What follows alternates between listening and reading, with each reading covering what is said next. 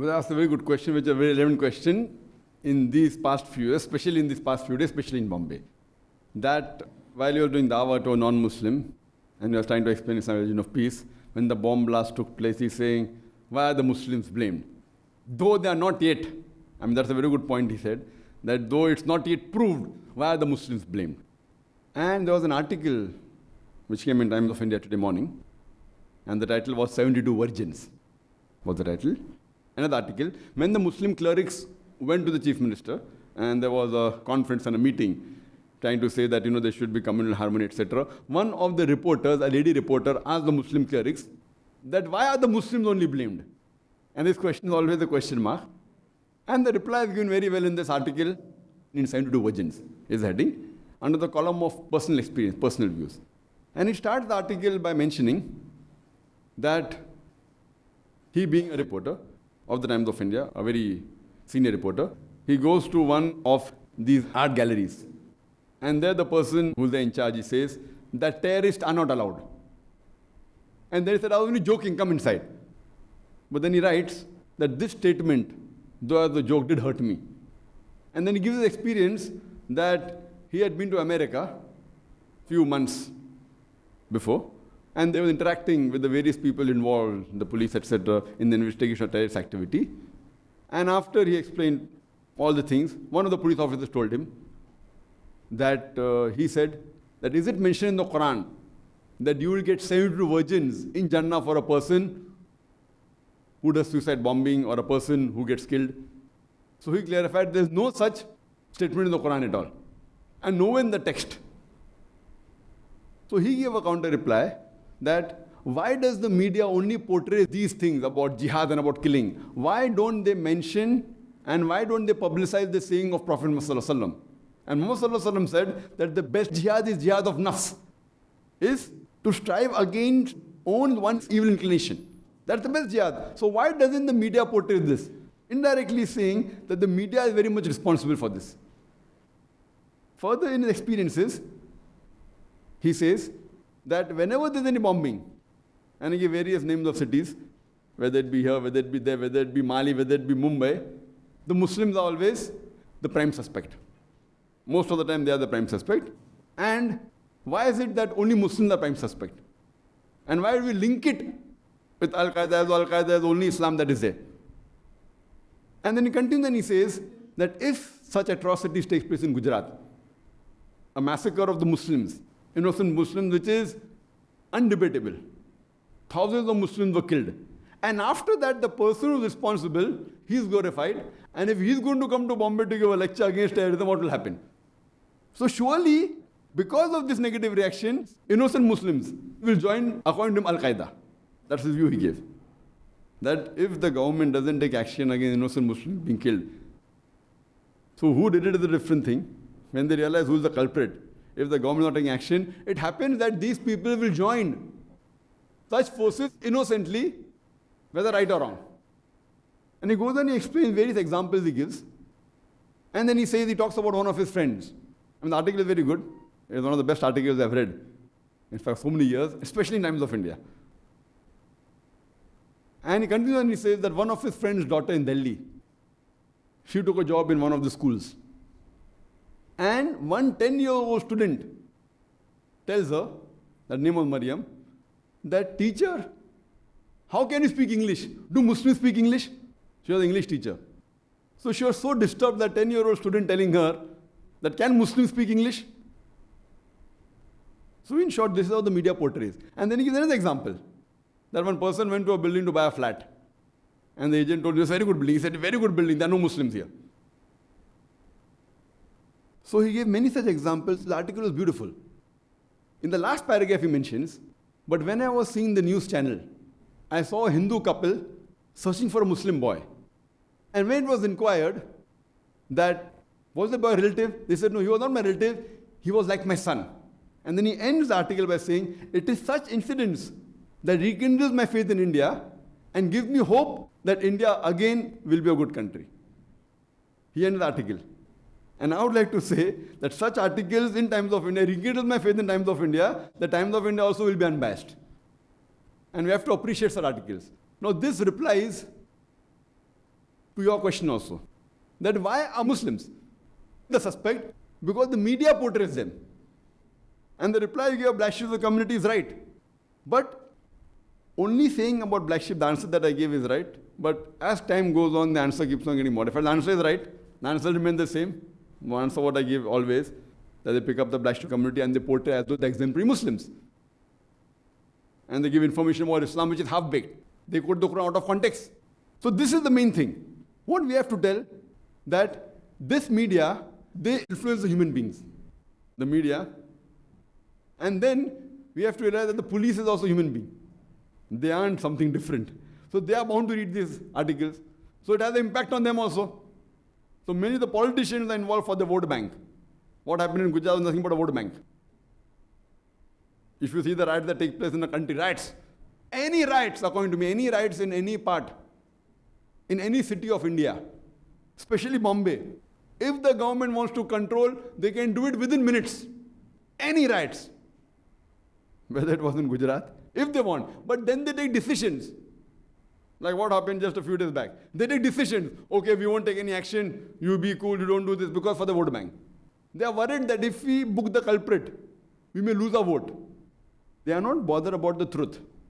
If they are really bothered about the truth, the culprit should be caught. The culprit can be caught very easily. But they take decision politically. If we catch the real culprit, will we get votes or no? We won't get votes, so don't catch the culprit. If we catch a wrong person and malign him, we'll get more votes, they'll do it. So number one to blame are the politicians. Politicians. So the politicians, they engineer everything. Otherwise, India is a country where our police is very well equipped, very well armed, but finally they're controlled by the politicians. So number one is the politicians. Number two is the media. The media influences these human beings, whatever articles you read.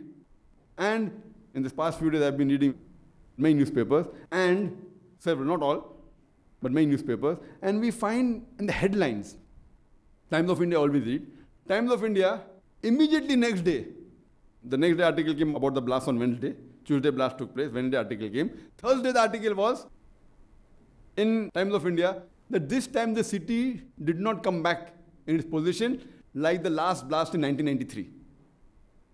The trains were empty, the buses were empty, and they showed photographs.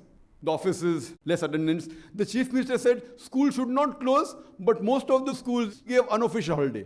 And the full article headlines came that the city did not spring back to normalcy like the last serial blast. Another newspaper, 100% opposite. The city came back, the trains were nearly filled, the offices were there, and they are showing photographs of absolutely opposite. In the inside news briefs, you may find, yes, some schools did not open, but the headline was, so when a person reads the second newspaper, DNA, if you read that newspaper, oh, the people are back to normal. Means whatever took place in Bombay did not cause a difference to the Mumbaiites. They are for work and they came back. If you Times of India only, absolutely different picture, two different pictures. 100% both headlines. Next day you read, it comes in one of the newspapers that LET and Simi are the prime suspect. The other newspapers are mentioned only of LET, Simi, nowhere in the newspaper. Here they blame one person. So when we analyze different newspapers, and everyone doesn't read 5-6 newspapers. Normal majority reads only one newspaper. So I say it is the role of the media not to cause any rumor. And I'm told by people, news channels, you find that many things, when they get a news, without analyzing right or wrong, they blow it out of proportion. As though he's the male culprit. They catch a person in a burqa, a man in burqa, knowing very well he's not responsible, but yet they link it because they want yellow journalism. They want some news. So they link it that as though he was one of the prime suspects. Fine, he was doing something else. For his personal reason, if he had gone to meet his girlfriend, and he wore the burqa. But initially the news is as though they've caught the real culprit, without analyzing. So by the time the clarification comes, the news comes in headlines, clarification comes in news brief. So normal people, when they read, has to be this person in burqa is doing that. There are non-Muslims wearing burqa, that they don't tell. Non-Muslim actresses, they wear burqa, for their own reason not to be identified. That doesn't come. So what we have to realize, it is the media which creates an awareness. So therefore, unless we don't have a media of our own. So the point is that I do agree, most of the people throughout the world, at least in the past few years, and especially in the past few days, The suspect, if you analyze, goes because of the media and where the politicians behave. And many a times, even if they know that the culprit is a Muslim, but if they feel if we catch the Muslim, we lose our votes, they will not catch the Muslim. So the Hindu politician will not catch the Muslim, even knowing he's the culprit, because he knows that if I catch, I will lose my vote, so he will let the Muslim go. On the other hand, the Muslim is not a culprit. If we frame a Muslim and catch him, we will get votes, he does that. So most of the time, if we analyze the scenario, see, this is a different situation now. Last is a very big thing. But when it comes to normal things, the lower level riots and all, surely 99.9%, according to me, the police knows who the culprit is. The decision is taken by the higher up authorities. They can easily, there are photographs shown by the person who has done, launched the bus, yet he is not caught. A photograph is shown, what witness do you require now? So it is the decision taken at a higher level that should we let this political party go or not. So if everyone is truthful that the culprit is whether Muslim or Hindu or non-Muslim, he is caught. Let my seat go. If few politicians down the generation do this, our country will improve. So mainly to the politicians, they are more bothered about their seat rather than the betterment of the country. If they really think about the betterment of the country, sometimes if they take a decision, like a police takes a decision, though they know the culprit, if we catch him, there will be riots and all for the betterment of the masses, this decision I don't mind. A small mistake someone has done. If we catch him, it will go into snowball. But not bother about the votes, bother about the betterment of the citizens of India or of Bombay. Then they take the decision, now we should not take action, it's fine. But later on when it subsides, they should take action. So such decisions taken for the betterment of the citizens of India, I am for it. But most of the decisions are for the political vote bank. That should they catch the culprit or not. So as far as the bomb blast is concerned, we find several news coming up, as you said, that not yet proven. What happened, 93 blast, yet the judge hasn't given his verdict.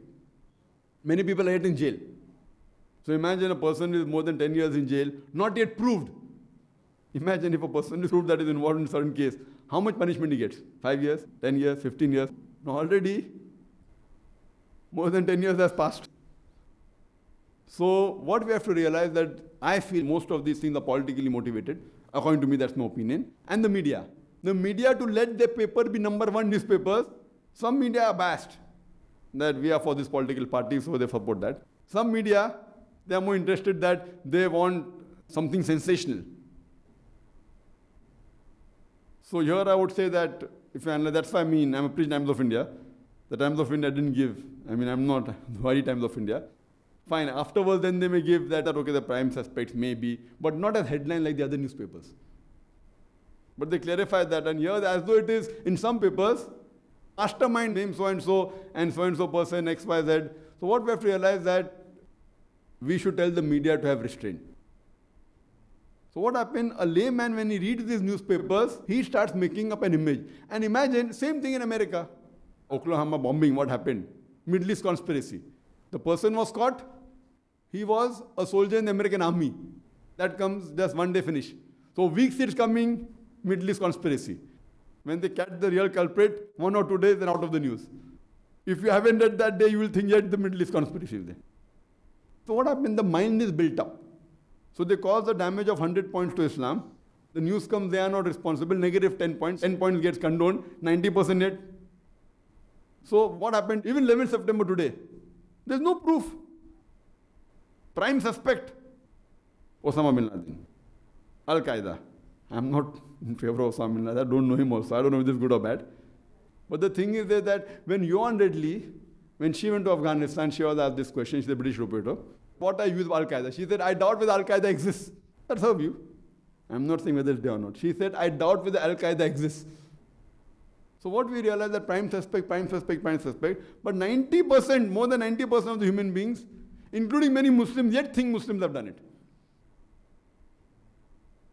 There's no proof. So what we realize that it is the media to be blamed, unless we have our own media, and we have to clarify. But one thing is to be noted, that killing innocent people is haram. In all the religions, including Islam. Islam goes a step further. Islam says in Surah Ma'idah, chapter number 5, verse number 32, if anyone kills any other human being, whether Muslim or non-Muslim, unless it be for murder or for creating corruption in the land, it is as though he has killed the whole of humanity. And if anyone saves a human being, it is as though he has saved the whole of humanity. the whole nation. And now when we see that where the CL blast took place in Bombay, fortunately, unfortunately, I don't know, most of the places are close to Muslim areas. And many of the Muslims help the non-Muslims. So you may find some reports, but not a lot of reports. But if we see that majority of the Muslims, they didn't think whether the people who were victims were Muslim or non-Muslim. They helped them. So hardly they showed such things. They hardly showed this. One or twice they showed. And in the people that died, on the news channel, people tell me they didn't see a single Muslim name. I don't know. I saw in Times of India, I don't know the number of names they gave, about 60, 70, 80 names were given, out of which 6 were Muslims. So Times of India released one list which I read. In KM hospital, 3 Muslims died. In other hospital, 1. In one hospital, 2. 2 were doubtful, half Muslim, half Hindu names. I give them half-half. So it's either 5, 6 or 7. I give 6 on average. So what we realize that here, fine, again. So now if you see the percentage of Muslims in Bombay, whatever it is, suppose 10% names are given or maybe 8% names are given, and Muslim travel less in first class, so it was normal. So what we have to realize that how do they portray is very important. We see in the newspaper that a Muslim family came to see one of the persons who was killed in the bomb blast. The moment he landed on the airport, he was caught and arrested. He was taken 15 hours in the jail, not given water. He came for the funeral of his brother, who was killed in the bomb blast. He is caught as a suspect of bomb blast. They ask him, why do you keep a beard? What are your hobbies? 15 hours they grilled him. And his family was outside on the airport, no water. So all these things aren't highlighted. It may come in news brief somewhere. So imagine a person who died in the bomb blast, and then he proved his origin. He asked the foreign company to send fax. Even after they received that he's working there, yet they didn't release him. Only after 15 hours they released him. So what we have to realize that even the people in authority, they are to blame. I know their intention, they're also working hard to find who the real culprit is. But even they get, finally, by seeing the media, even they become biased.